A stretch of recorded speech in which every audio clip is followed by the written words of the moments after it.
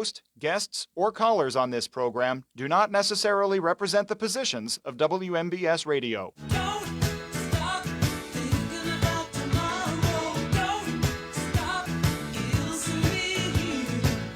It'll be better than before. Yesterday's gone. Yesterday's gone. And again, TJ, thank you. It's Democratic Hour on WMBS, 590 AM, 101.1 FM. Our telephone number is 724-438-4593. TJ, I want to thank you for keeping the show going last week with Doc and Rich, and Joe's not here today. I guess my understanding they were on good behavior. Am I correct? They were. Everyone was well behaved last week. For a change. For a change, yes. I was off for a couple days, and we won't get into that, but it's the Democratic Hour on WMBS. TJ, I know we start the show with a little music, so if you have my one and only. Always, because you weren't here last week. They didn't want me to play it. No way. They went against me. I should have overruled them, but here we should. go. No. Oh, he's back. Oh, I told you. I got that sunshine in my pocket. And we got plenty of sunshine in our pockets this week. One and only Justin Timberlake. I told you I'd check his party affiliation. I told you, people's in R, there was no way he was getting anything on his show. Right, Doc? Yeah, that's why you weren't here last week. You were out looking for Justin. Oh, Justin.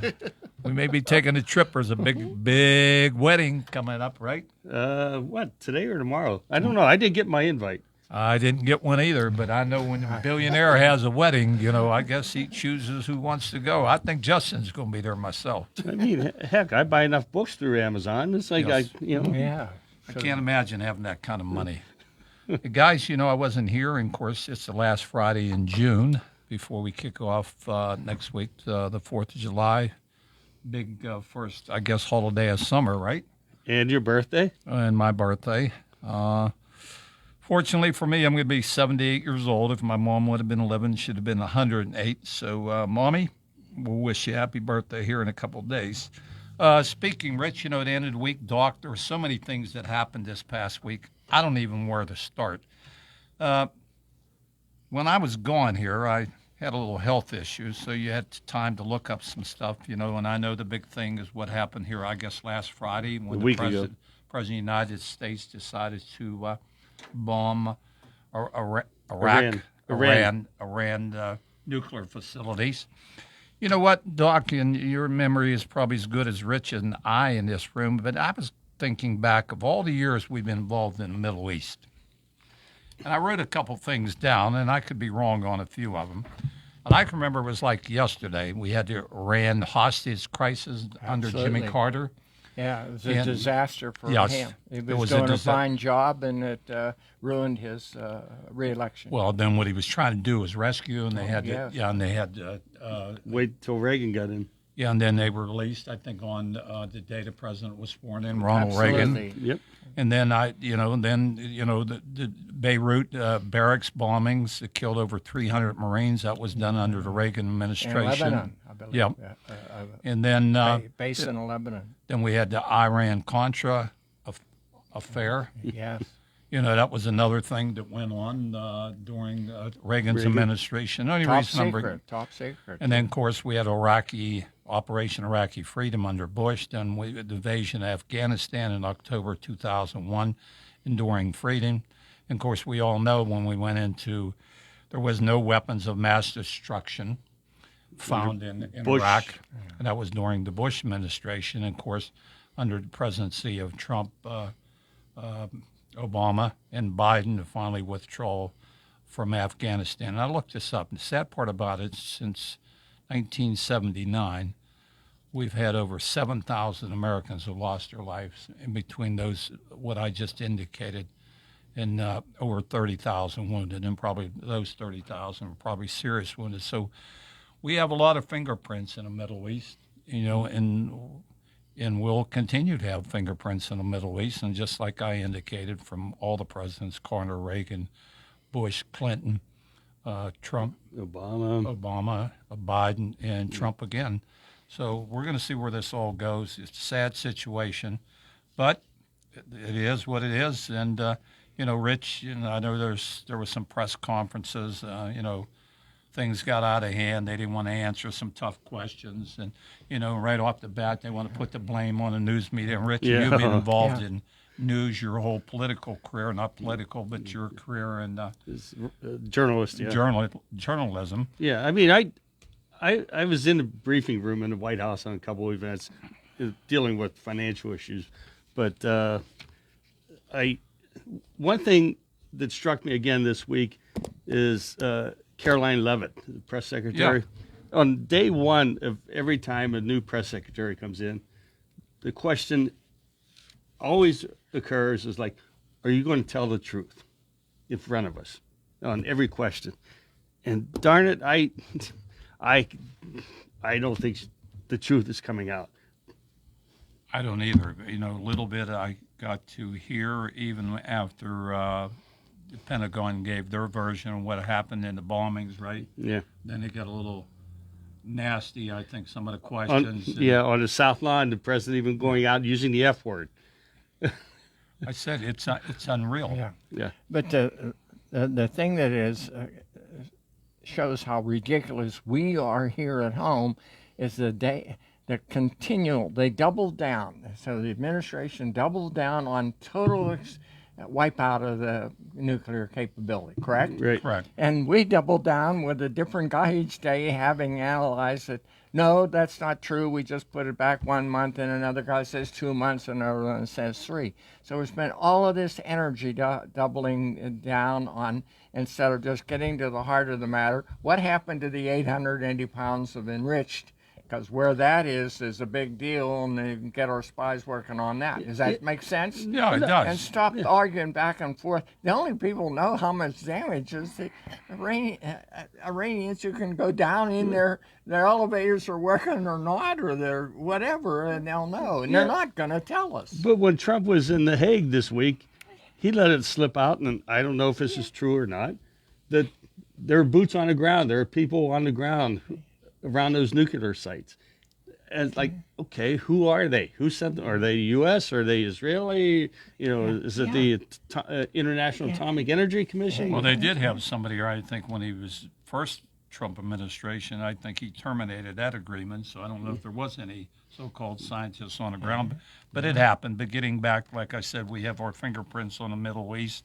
And of course, a lot of it was when they discovered oil in the Middle East. And we know how important all those Middle Eastern countries who have the oil, and again, they supply the majority of oil to China and Russia and other places. But we also can't forget we got election coming up here. Yes. We got a local election. We have some great candidates. Jimmy Santelli's going to be running for Recorder of Deeds, Matt Lancaster for Treasurer, and we have other races. But, Doc, we have one of the most important races for retention for our judges. And these judges will be on a ballot, and it's just a yes or no. It won't be a D or an R by their name.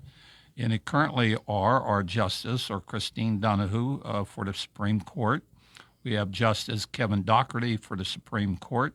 We have David Weck from the Supreme Court. Yes, and then we have for the Superior Court, Alice Beck-Dubois. And we have Michael Wojak for Commonwealth Court. And I do believe we'll probably have all 5 of these on our show. If not, we have a picnic coming scheduled here in August, and we'll get the date out again as we get closer to that date. It'll be out at New Salem. And, of course, it will be 10 days at the Fayette County Fair. And you can rest assured that these judges will be somewhere in this county. And it's a yes or no vote for retention. And like I said, Supreme Court. 4 people on the Supreme Court and 1 for the Commonwealth Court. I take it back, 3 on the Supreme Court, 1 Superior, and 1 Commonwealth Court. And it's just a plain yes or no. And I do believe, and I said this many times, I think we only had 1 judge in the history of Pennsylvania has never been retained on a yes or no vote. And you can rest assured there's going to be millions and millions of dollars dropped on those campaigns. Dropped on those campaigns. But just to reinforce what you said, it's true that each of these that we mentioned, this is not their first time running. No, this is their second term. That's the stay-in vote, basically. Yep. So they all have had experience of proven quality, and And we know how the Buckland courts Cemetery. work today, right? Yeah. We've seen enough crazy decision. And Well, look at the one today. So they're known quantities for all of us. Yeah, you can look them up. You can look who's on the Supreme Court, Commonwealth Court, and the Superior Court. Speaking of local elections, and I know John does a show. And the reason I say this, for once and for all, John, I have nothing personally against you. We have a candidate running. There's a couple things that, if I could get this thing to come up now, and I knew this was going to happen. So, Rich, maybe you could keep on going, you and Doc, till I get this, Oh yeah, see if it'll come up. I mean, yeah, there's nothing personal. And, No. You know, I've written several articles critical of the Recorder of Deeds office. It's not personal. It's just, you know, what other people were saying. And You know, and he mentioned some, and he had some threats. I know you Right. had some, I have some, and other I take them serious. I had And more than threats. I got the heck beat out of me. You know, and I agree with John. But John, and I want to take exact words, when you bring up the elite, I'd like to know who the elite are. John, I mean, serious, who are the elite here in the county? I don't know who he's talking about. If this so-called elite establishment, last time I looked, our current legislator is a Republican, 2 Republicans, and the state senator is a Republican, and you look down the list, so you hear elite, elite, elite. Well, who is this Who's the elite? elite? Who are they? What are they saying? Where's the corruption? When you bring it up, always corruption or voter fraud or election fraud. TJ, we got a caller on the line. We do. Good afternoon. You're on the air. Who we speaking with? This is John. How you guys doing today? Good. What can I do for you, Good. John? When you mentioned about this elite thing, I agree 100% with you. I have no idea who he's talking about. And first off, nobody's hiding anything. And as far as the election thing goes, didn't he cost the county a lot of money by looking into all this stuff? Yep, there have been a lot of money. We haven't actually know the exact numbers. Got a specific number on it. Specific numbers. This has been going on since John was elected to the first term of Recorder of Deeds. And Maybe he's talking about himself being the lead. That's what I'm starting to think. You know, when but- you get tired of hearing this, elite. Who are the elite? Who are Yeah, you talking about? Yeah, that's what I'd like to know. And also, George, and also Rich, what do you guys take on this one big beautiful bill? Do you think it'll pass, or do you think what's going to happen in your opinion? I don't think it's going to pass the it. way that it came out of the House. There are a lot of, even Republican senators are questioning Medicaid. You know, the cost of Medicaid. Well, I could tell you, if for a lot of people I talk to, it's going to cause a lot of outrage, and I look for a lot of bad things to happen because these hospitals, these rural hospitals, and a lot of these clinics, and they're going to lose a lot of money over these people. Yeah, I mean, I heard it again today during President Trump's press conference. He said it again that there are trillions, not billions, trillions of dollars coming into the country right now. Now, if there's that much, and he said they can't even understand where it's all coming from. He claims it's from tariffs. But if there's that much money coming into the country, why do they have to cut back on Medicaid? You're exactly right. That's a good point. I wasn't thinking about that. You're exactly right. And also, even like with the people that are on the SNAP program and stuff, you mean we should just take the foods out of young kids that depend on that, and just, if we're getting that kind of money coming, I'm sure we can afford to feed them, right? Yeah. You know, this big, beautiful bill, and of course we have Dr. Raleigh, and Doc, been in medical profession for majority of his life. Unfortunately for me, and I didn't share it, I'll share it. I had to go to the hospital last week. Unfortunately, I'm sorry to hear that. No, that's fine. I'm on the road to recovery. But looking around in that emergency room, I thought, how many people who's on Medicaid and Medicare is coming into that hospital? I'm thinking, what in the world we would do if we didn't have Medicare or Medicaid? And I'm thinking probably some of these individuals voted for the current president of the United States. I've said it so many times. Pick up the phone. This so-called beautiful bill, we can't find our congressman. He claims it's a big, beautiful bill, but you can rest assured, whatever happens, he has the best health care in the world as a congressman. Oh, no doubt. So that's your elite. The elites are the congressmen, people who have the gold card that covers prescriptions down to where they probably never saw a copay for a prescription or anything. The relatives are well taken care of, and they're so hard-hearted that they would think of telling the people that have the least reserves to afford paying their way and not to mention that they've done surveys and that the financial support for take a metropolitan, take Pittsburgh, outside of Pittsburgh, 13 counties around Pittsburgh, they're the number one payroll for that area is a hospital that happens to be there. And so that instead of slipping into the red, those programs keep them at the edge of the red and the black. Is that not correct? Right. And Right. people if they cut back on Medicaid, Gee, people are going to get sick. and die. And die. They Well- even have numbers Right. of calculated deaths. Well, what did Senator Erd say? Everybody's going to die. Oh, yeah. Yeah, that was her interpret. Yeah, and McConnell saying, Right. "Oh, they'll And- get over it." Well, I know some people that's on Medicaid and Medicare, and they're on life, pretty much life-saving medicine, basically, to keep them alive. So, just imagine that. And I just don't understand how the American people not all of them, but a good majority of them that voted for him, and how they could look at this and say, well, this is okay, we're for that bill, because at one point in their life they may end up on Medicaid or Medicare themselves. So I don't get this. I'm like you, John, I've George. said this I'm before. They weren't going to vote for a woman, and they weren't going to vote for a black woman in this country. Plain and simple. Right. And I said Right. that just like I indicated when I was in the hospital. And I did some serious thinking over the years. That fortunately, we have those programs. Fortunately, Right. I have something to fall back on as a veteran. Now, do I Right. always use it? No, but it's there for me. But if we didn't have it, Right. I don't know what a lot of veterans would do. And then, of course, Right. we know under the Doge, they wanted to eliminate 70,000 people who work for the Veterans Administration, and the majority of them are all veterans.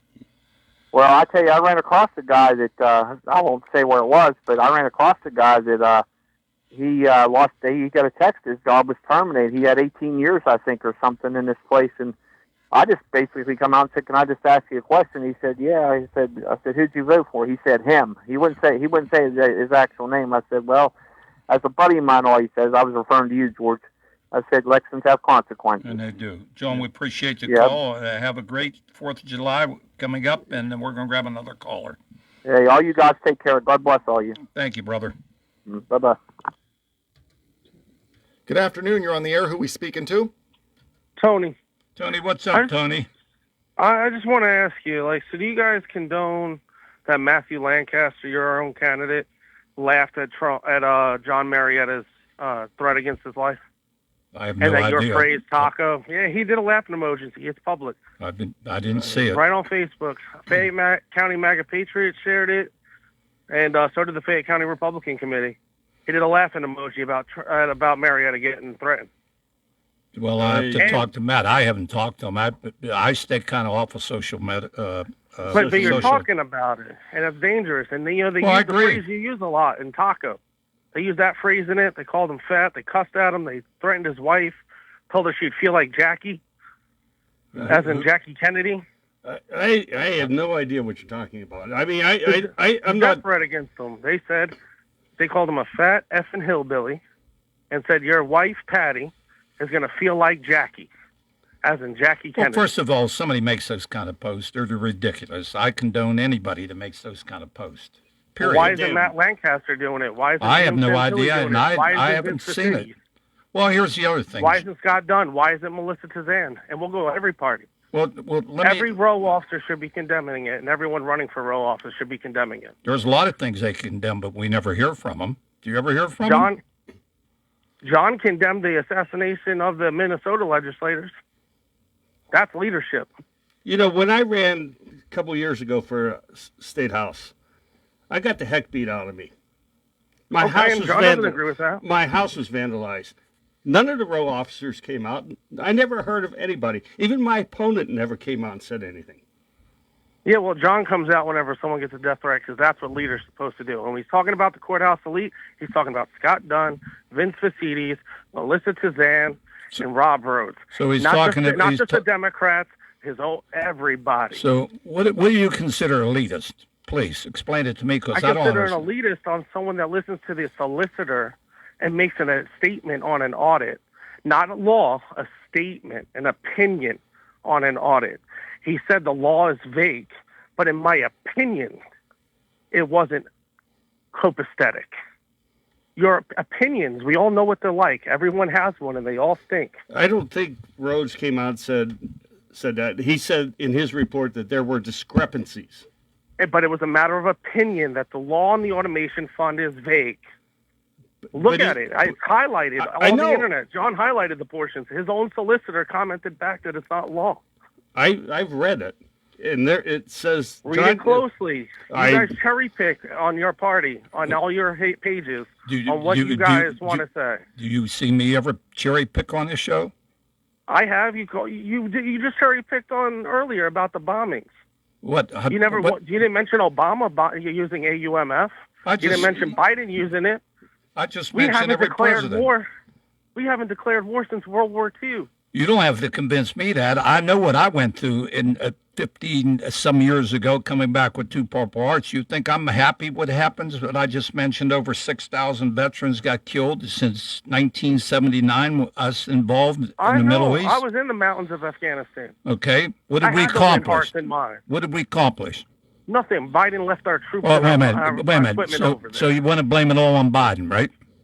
I blame the withdrawal. You never give up. You don't give up the military base for an airport in the center of a city.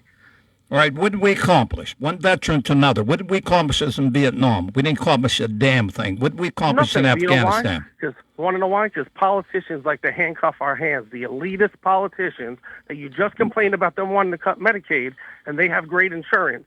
You want to know how you stop elitism? Make them all have the same playing field we do. Well, why don't they step up to play? Why don't they step up as Congress and take a vote when we send people in harm's way? Thomas Massey's doing it. Thomas Massey's been calling the president out left and right. Well, that's one. John backs Thomas Massey. Have you heard from our congressman? No. You're not going to hear from him. You're right, and you know what? Maybe someone should run against them. But when you're talking about elitists, but then you go around and you sit back the same person like in Kamala Harris who put black people in jail over weed. Well, we're gonna disagree on this subject. Tony, you have you have a blessed day, but let's be neutral. Well, I've been neutral. Let's call both parties out. Well, you call them out. We'll call them out. I've always said that. When I felt some Democratic Party did something wrong, we've called them out on this show. So I want to hear you. I'm gonna post the picture in the comments on the Facebook feed, and I'm gonna have it posted. Well, you can post whatever you want. I'm gonna share the link to the Fayette County MAGA Patriots. I want you guys to then call out Matt Lancaster for laughing at a death threat. Well, we're going to see what it is because I haven't seen it. All right, Tony, we appreciate your comments. Thank you. Take care. TJ, we got another caller? We do. Good afternoon. You're on the air. Who are we speaking to? Yeah, this is Jay. Yo, what's up, Jay? Not much. I'm not going to get into this assassination attempt of the Recorder of Deeds. I don't condone violence, but I have some skepticism, so I'm just going to leave it at that. But I don't condone any violence against anybody. It's not a solution. But at the same time, let's talk about elitists. We had a president inaugurated in January, and I didn't see a lot of true Americans up on that stand. I saw a lot of rich elitists up there standing behind a rich elitist.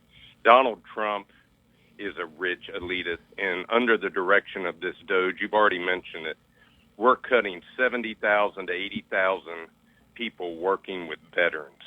And let's not forget, one of the most highest suicidal rates, highest unemployment rates for veterans is a war in Iraq. And these MAGA people that say, oh, I didn't vote for Bush, they most certainly did vote for George W. Bush, who led us into the biggest lie of the past several decades. We have troops that have come back disabled. We have troops that have come back with suicidal problems. We have troops that come back that do not know how to fit in society after being and walking in eggshells in Iraq for 6 years. And then they want to say, well, we don't believe in that anymore. Well, that was the party that led us to that. And now we have a party leader who's an elitist. I don't judge Americans by how the wealthy's doing. I judge how we're uplifting the poor and how the middle class and the working class are doing. And so that's what I call elitist. The head of the Republican Party is a financial elitist. He is a venture capitalist. And I'm sorry, I'm sick of listening to some of these MAGA people call in and say, oh, the elitists are these guys down here at a county commissioner, or this guy over here that's a state legislature in some other county. No, the elitists are what are controlling your party, the Republican Party, which is Donald Trump and this Musk and Bezos and all these other guys he brought to him on Inauguration Day. I had nothing. I have no respect for that, none. And I just wanted to call in and. Well, and Jed, we state appreciate that. your comments. Thank you for your service, brother. Thank you. Another call. Good afternoon. You're on the air. Who are you speaking to? This is James. How are you guys Go doing? ahead, James. George, Yes, happy sir. birthday, buddy. Well, thank you. And I hear you're wearing some colorful shirt today. I mean, you're styling and profiling. Styling and profiling like Ric Flair. Uh-huh. Well, don't go there. No, He's no. in a lot of trouble. Yes, But anyway, yes. hopefully you go, you end better where you go. But anyway, appreciated Tony's phone call. You know why? I heard him. You took the call. Mhm. A lot of people don't take calls. Well, I was going to say that next. But well, great minds think alike. But anyway, one other thing is we're supposed to believe this about our recorder of deeds. What I want people to remember, isn't this the same guy that said that voting machines were being flown into the Connellsville airport and dropped off, and there was voter, fraud and conspiracy? And he was the same one. I keep saying that he said that there was little like rider trucks with voter fraud, giving the mail-in ballots, bringing the mail-in ballots by the thousands into some county out in eastern PA, and that never was proven either. So, but we're supposed to believe him that this happened. And it's just interesting to me. It's just like, as a kid, I idolized Joe Namath and Terry Bradshaw, and you tried to be like them. You know what I mean? And here he is with a post of his fist in the air and fight. I've had enough of it. You know what I mean? It's like the MAGA movement is like taking two enemas and a laxative. It's the same thing. It's a bunch of crap is what the MAGA movement is. And this is just ridiculous. All this is trying to make him seem like a Donald Trump and the movement and MAGA, and they're going after both parties. These parties are trying to do stuff and get stuff done, and all we're trying to do is tear stuff down. It's a shame. I saw on the news about how legal immigrants are being removed from this country. They're the ones working. And it's just a shame. We're gonna pay a price for this eventually, because I don't know who's gonna replace these people. But there's hatred there. There is. There's really a lot of hatred. There's a lot of hatred that's spewed. These people were good. And if you look into their background, a lot of them are Catholic religion. They have faith. They have a background. It's not something that they're wanting to, come and strap a bomb to them and blow up, something. They're crossing the border looking for a better life, most of them. And it's amazing to me that we have this. It's okay as long as you stay there, but the minute you cross the border, now I hate you. And that's what it's becoming. It's just shameful. But with the local and the John Marietta, don't be fooled by it. He's going out and making these vet ID cards and everything. All this is for votes. And if he had cojones, he'd answer for it, and he'd answer phone calls, and he doesn't. And I'll give you a prime example, James, I don't mean to interrupt. I went today to update my driver's license, okay? What do you think I have on there? It is a veteran card.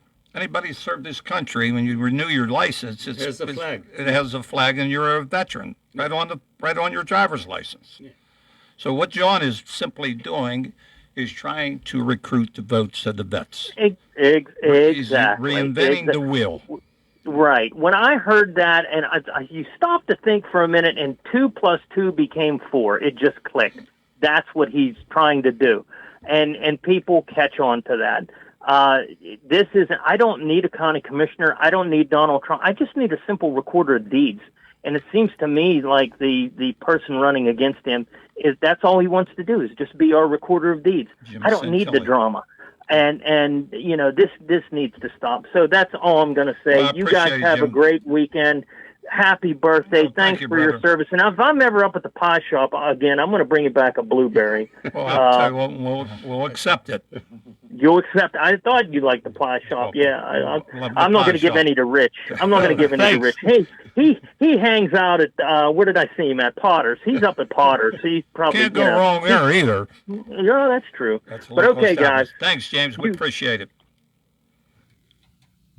And guys, we had John, Tony, Jay, and James, so we had a busy few minutes here. You know, getting back to local politics, Doc, you ran, you know, it was about running for office. You know, and yes, our county has flipped. There's more registered Republicans and Democrats, but I think most people here realize when they go in, they're looking at Doc Rowley or George Rattay or Rich Ringer or anybody that's on a ballot now. I mean, they're their neighbors. You go to work, you see them every day. And it shouldn't be about D's and R's. It should be the job you do for the county or your township supervisor. Especially. Yeah. And believe me, and there is going to be some major decisions. And and again, we haven't heard from our state legislature. Oh, by the way, there was a What was it, Rich? Town Town hall, right? Yeah. This happened with Senator Stefano. And I personally, you know, know Pat for a long time, long before he became a senator. So you're going to have a town hall. So You who can in the screen world? the calls. You know who's calling in.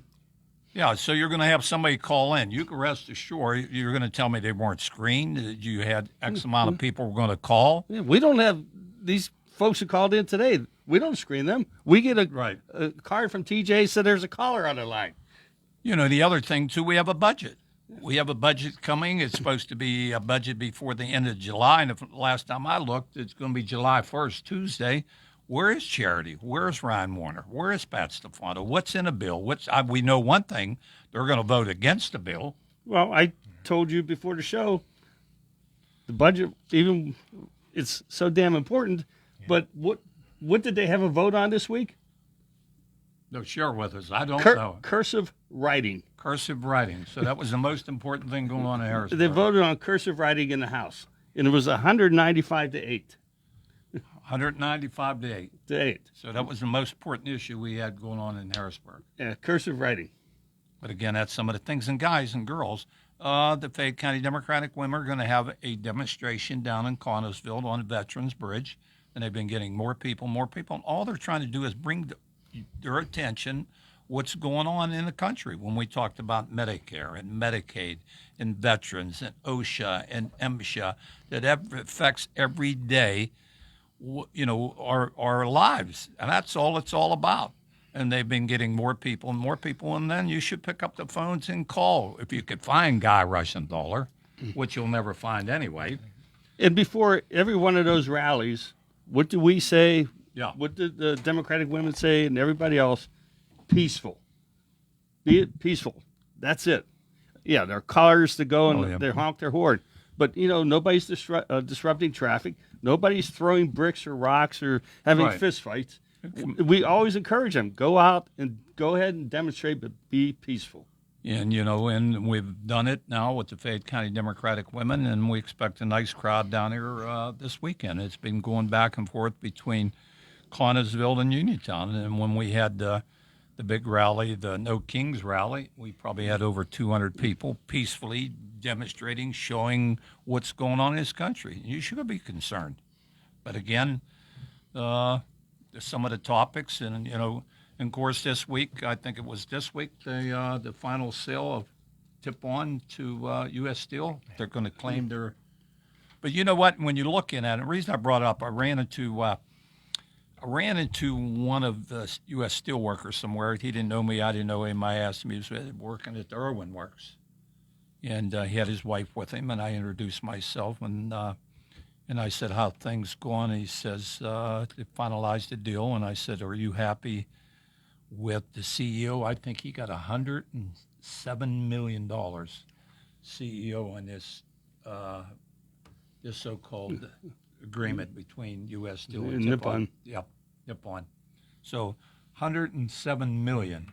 I don't know if he was going to get it regardless, but you think about that. Or retirement plan. Here's your $10-20 million gift for your retirement bonus. Those were always listed as a bonus for the company that nearly went down the drain. But I do know this: everybody under a collective bargaining agreement will get, my understanding, $5,000 here in the middle of June. So that ought to make a lot of people happy. But their big concern was just not that retirement coming up, health benefits for him and his family, and all those under a collective bargaining agreement. I hope everything goes well. I hope they live by the commitment. They claim that the headquarters will be here. They're going to invest several $1 billion, in the Mon Valley, which I hope they do, and we'll see where this all goes.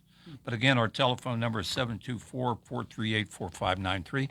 If anybody has any questions on where they vote and when they could vote, and if they move their polling precincts, give the Bureau of Elections a call at 724-430-1289.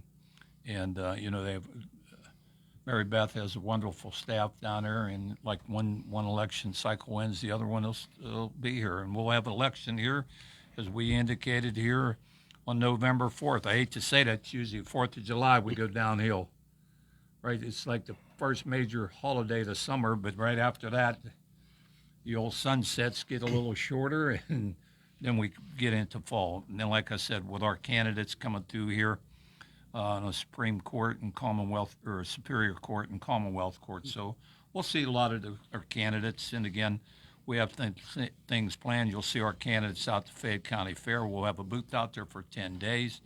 And that's another thing that got out of hand over the years. Absolutely. It wasn't us that started all the shenanigans out at the Fayette County Fair. And I'll be honest with you, I wouldn't have a problem they eliminated both parties from the Fayette County Fair.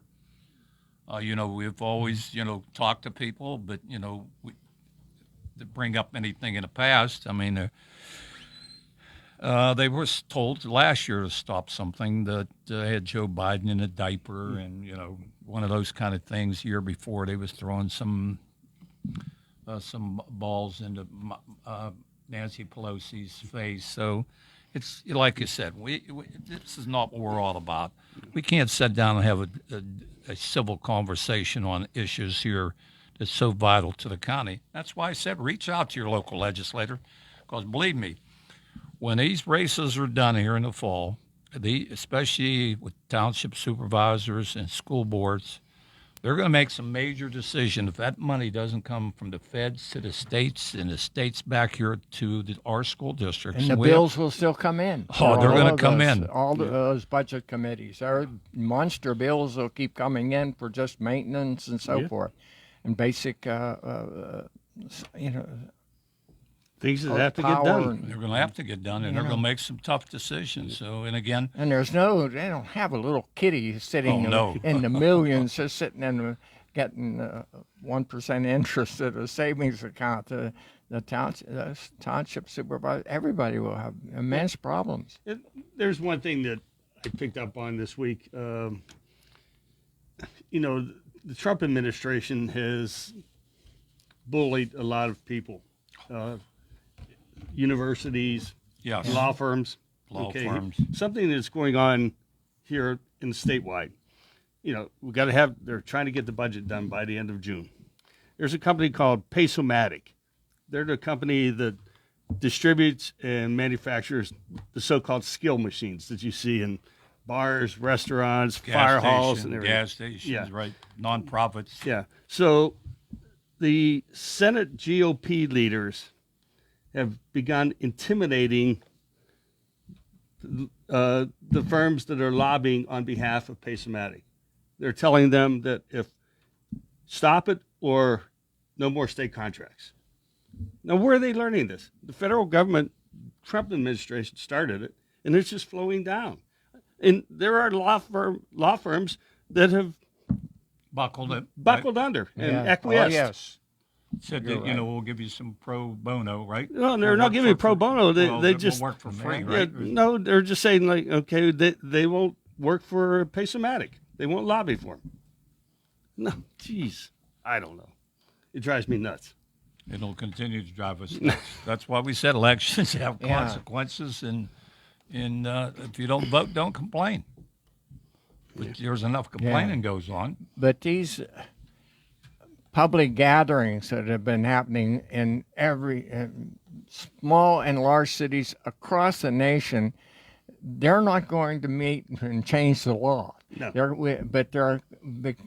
They're even more critical because they can't. So they've got to show up and be there to say there isn't a single thing that the Republican administration in place that you would thank them for. Nothing. All of it was flawed. All of it was causing chaos because they'll think Trump will say, if I can make things a big enough mess and all, then they'll be convinced I'm the only God can save the country. You know, like we said, they rob from the rich, like Robin Hood, and give to the poor. Now let's rob from the poor, give to the rich. Yeah. And we know what the tax breaks did last time. You know, and then you want to cut of all things Medicaid and Medicare? Give us a break. Goodness gracious. Like I said, if there's so much money coming into the country anymore, why do you got to cut Medicaid? But, I mean, I don't know how they have a conscience. I mean, there could be some changes in Medicaid or Medicare, but goodness gracious, you arbitrarily just say, well, it is what it is, and we're going to do it. TJ, what we got, a couple minutes? We got 3 minutes. Rich, four. Anything else? Well, I'll go back to the Iran. President Trump said there's no need to have an agreement with Iran.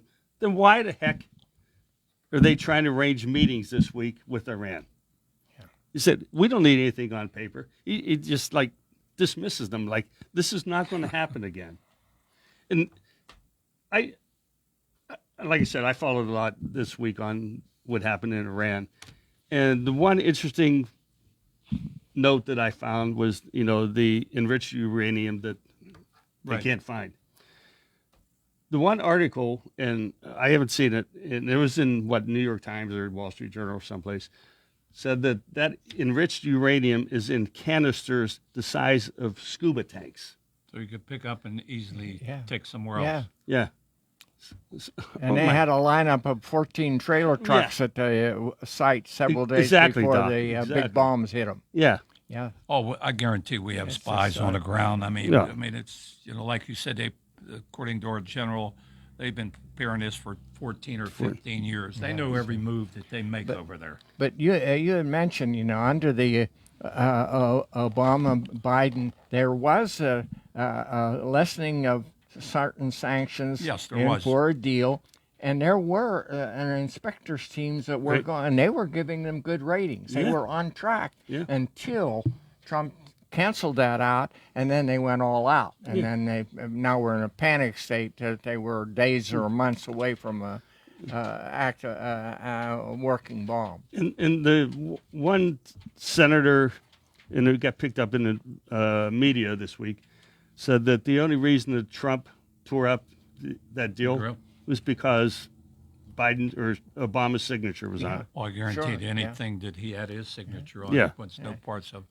Well, we're going to wrap this up. TJ, I know last week I wasn't here, and Rich wanted a little song. I don't know if we're going to play anything. It's be nice to me, TJ. First day of summer was June 21st, and we know how hot it was this week, and we're hoping we're getting a little showers to cool things down. We all could use it. Not a lot of rain, but just a little bit of rain. And again, we want to thank all of our callers. We'll continue to one thing about the Democratic Hour. We will take phone calls. But we won't be here next week. And we won't be here next week. This is 4th of July. And we won't? Okay, glad you told me. Well, you come in, Doc. You'll be back here with TJ, spin some songs. Okay. TJ probably got to work. So again, I'll be here. TJ, thanks for keeping things going. And we're going to finish the show with a little music.